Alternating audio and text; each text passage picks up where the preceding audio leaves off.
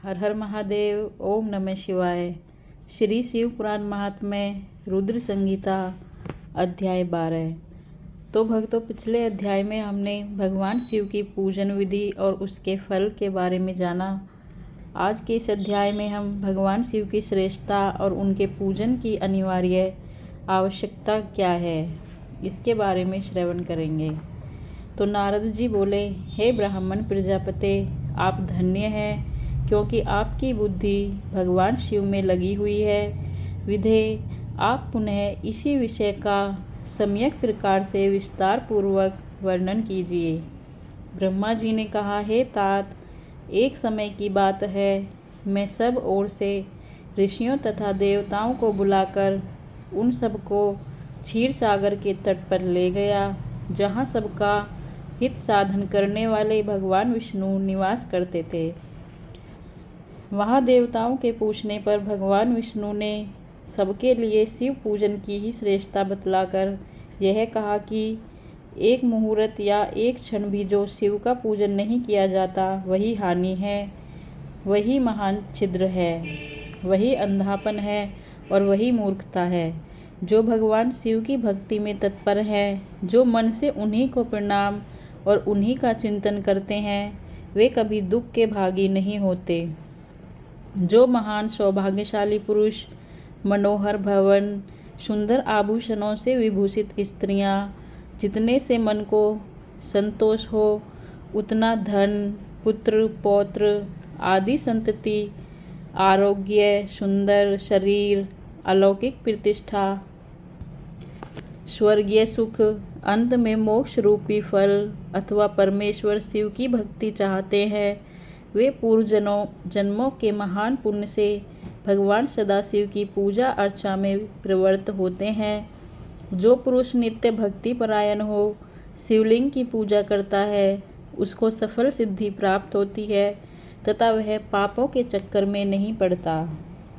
भगवान के इस प्रकार उपदेश देने पर देवताओं ने उन श्री हरि को प्रणाम किया और मनुष्यों की समस्त कामनाओं की पूर्ति के लिए उनसे शिवलिंग देने के लिए प्रार्थना की। हे मुनिश्रेष्ठ, उस प्रार्थना को सुनकर जीवों के उद्धार में तत्पर रहने वाले भगवान विष्णु ने विश्वकर्मा को बुलाकर कहा, विश्वकर्मन, तुम मेरी आज्ञा से संपूर्ण देवताओं को सुंदर शिवलिंग का निर्माण करके दो। तब विश्वकर्मा ने मेरी और श्री हरि की आज्ञा के अनुसार उन देवताओं को उनके अधिकार के अनुसार शिवलिंग बना कर दिए। हे मुनिश्रेष्ठ नारद, किस देवताओं को कौन कौन सा शिवलिंग प्राप्त हुआ, इसका वर्णन आज मैं कर रहा हूँ, उसे सुनो। इंद्र पद्राग मणि के बने हुए शिवलिंग की और कुबेर सुवर्ण में शिवलिंग की पूजा करते हैं। धर्म पीतमणिये पुखराज के बने लिंग की तथा वरुण श्याम वर्ण के शिवलिंग की पूजा करते हैं। भगवान विष्णु इंद्रनील में तथा ब्रह्मा हेम्य लिंग की पूजा करते हैं। हे मुने, विश्वे देवगण चांदी की शिवलिंग की, वसुगण पीतल के बने हुए लिंग की तथा दोनों अश्विनी कुमार पार्थिव लिंग की पूजा करते हैं। लक्ष्मी देवी स्फटिक में लिंग की, आदित्यगण ताम्र में लिंग की, राजा सोम मोती के बने हुए लिंग की तथा अग्निदेव वज्र हीरे के लिंग की उपासना करते हैं। श्रेष्ठ ब्राह्मण और उनकी पत्नियां मिट्टी के बने हुए शिवलिंग का, मयासुर चंदन निर्मित लिंग का और नागगण मूंगे के बने हुए शिवलिंग का आदर पूर्वक पूजन करते हैं। देवी मक्खन के बने हुए लिंग की, योगी जन भस्म लिंग की, यक्षगण दधि निर्मित लिंग की, छाया देवी आटे से बने हुए लिंग की और ब्रह्म पत्नी रत्नमय शिवलिंग की निश्चित रूप से पूजा करती हैं। बाणासुर पारद या पार्थिव लिंग की पूजा करता है।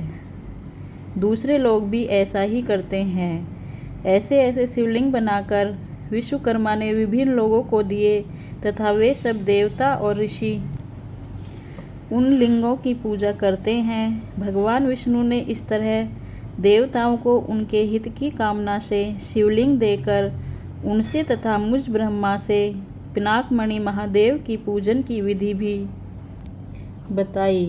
पूजन विधि संबंधी उनके वचनों को सुनकर देव शिरोमणियों सहित मैं ब्रह्मा हृदय में हर्ष लिए अपने धाम में आ गया।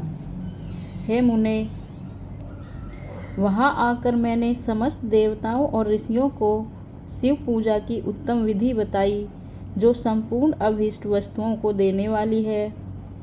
उस समय मुझ ब्रह्मा ने कहा, देवताओं सहित समस्त ऋषियों, तुम प्रेम परायण होकर सुनो। आगे ब्रह्मा जी कहते हैं, मैं प्रसन्नता पूर्वक तुमसे शिव पूजन की उस विधि का वर्णन करता हूँ जो भोग और मोक्ष देने वाली है।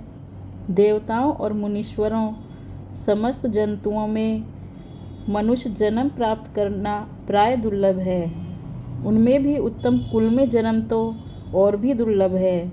उत्तम कुल में भी आचारवान ब्राह्मणों के यहाँ उत्पन्न होना उत्तम पुण्य से ही संभव है।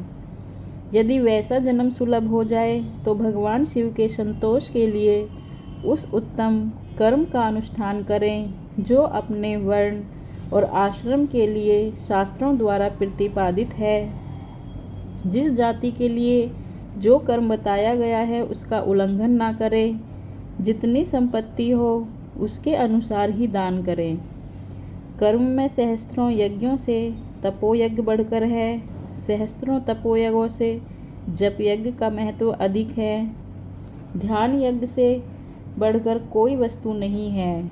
ध्यान ज्ञान का साधन है, क्योंकि योगी ध्यान के द्वारा अपने इष्ट देव समरथ शिव का साक्षात्कार करता है। ध्यान यज्ञ में तत्पर रहने वाले उपासक के लिए भगवान शिव सदा ही सन्निहित हैं। जो विज्ञान से संपन्न हैं, उन पुरुषों की शुद्धि के लिए किसी प्रायश्चित आदि की आवश्यकता नहीं है। आगे ब्रह्मा जी कहते हैं, मनुष्यों को जब तक ज्ञान की प्राप्ति न हो तब तक वह विश्वास दिलाने के लिए कर्म से ही भगवान शिव की आराधना करे। जगत के लोगों को एक ही परमात्मा अनेक रूपों में अभिव्यक्त हो रहा है। एकमात्र भगवान सूर्य एक स्थान में रहकर भी जलाशय आदि विभिन्न वस्तुओं में अनेक से दिखते हैं। हे देवताओं, संसार में जो जो सत्य या असत वस्तु देखी या सुनी जाती है वह सब परम ब्रह्म शिव रूप ही है, ऐसा समझो। जब तक तत्व ज्ञान न हो जाए तब तक प्रतिमा की पूजा आवश्यक है। ज्ञान के अभाव में जो भी प्रतिमा पूजा की अवहेलना करता है उसका पतन निश्चित है। इसलिए ब्राह्मणों, यह यथार्थ बात सुनो। अपनी जाति के लिए जो कर्म बताया गया है उसका प्रयत्न पूर्वक पालन करना चाहिए। जहाँ जहाँ यथावत भक्ति हो उस आराध्य देव का पूजन आदि अवश्य करना चाहिए, क्योंकि पूजन और दान आदि के बिना पातक दूर नहीं होते। जैसे मैले कपड़े में रंग बहुत अच्छा नहीं चढ़ता, किंतु जब उसको धोकर स्वच्छ कर लिया जाता है तब उस पर सब रंग अच्छी तरह चढ़ते हैं। उसी प्रकार देवताओं की भली भांति पूजा से जब त्रिविध शरीर पूर्णतः निर्मल हो जाता है तभी उस पर ज्ञान का रंग चढ़ता है और तभी विज्ञान का प्राकट्य होता है। जब विज्ञान हो जाता है तब भेदभाव की निवृत्ति हो जाती है। भेदभाव की संपूर्णतया निवृत्ति हो जाने पर द्वंद्व दुख दूर हो जाते हैं और द्वंद्व दुख से रहित पुरुष शिव रूप हो जाता है।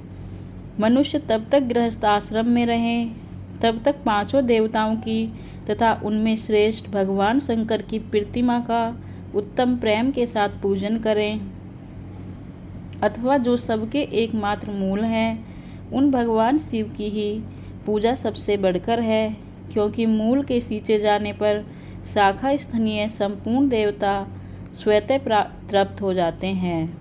आगे ब्रह्मा जी कहते हैं, अतः जो संपूर्ण मनोवांछित फलों को चाहता है वह अपने अभीष्ट की सिद्धि के लिए समस्त प्राणियों के हित में तत्पर रहकर लोक कल्याणकारी भगवान शंकर का पूजन करें। तो भक्तों, आज के इस अध्याय में हमने जाना भगवान शिव की श्रेष्ठता और किस देवताओं को किस किस शिवलिंग की पूजा करनी चाहिए। श्री शिव पुराण महात्म्य रुद्र संहिता अध्याय 12 समाप्त।